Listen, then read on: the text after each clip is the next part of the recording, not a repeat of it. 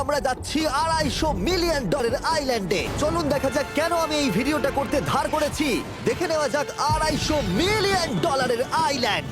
এটা হলো $250 মিলিয়ন একটা প্রাইভেট আইল্যান্ড। এই অসাধারণ আইল্যান্ডে একটা গোটা অ্যামিউজমেন্ট পার্ক আছে, যাতে আছে প্রচুর ওয়াটার স্লাইড, তার সাথে আছে হট এয়ার বেলুন, এমনকি অনেক অ্যাক্টিভিটি আছে যা তোমাদের কল্পনারও বাইরে। এর পুরোটাই আমরা ভাড়া নিয়ে নিয়েছি।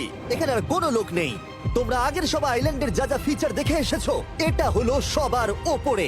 এই আইল্যান্ডের একেবারে মাঝখানে একটা বিশাল ওয়াটার স্লাইড আছে। এই ওয়াটার স্লাইডে 8 বছরের বাচ্চারাও রাইড করে, কিন্তু আমার এর হাইট দেখে খুব ভয় লাগছে। ওয়াটার স্লাইডে ওঠার আগে আমরা অন্য ফিচারগুলো দেখে নিলাম, যেমন এটা। এখানে এই আইল্যান্ডে 100টারও বেশি জেট স্কি আছে। এই আইল্যান্ডটা তো দারুণ। শুধু তাই নয়, এমনকি এখানে একটা জিপ লাইনও আছে, যেটা ম্যান মেড বিচ অব্দি যায়।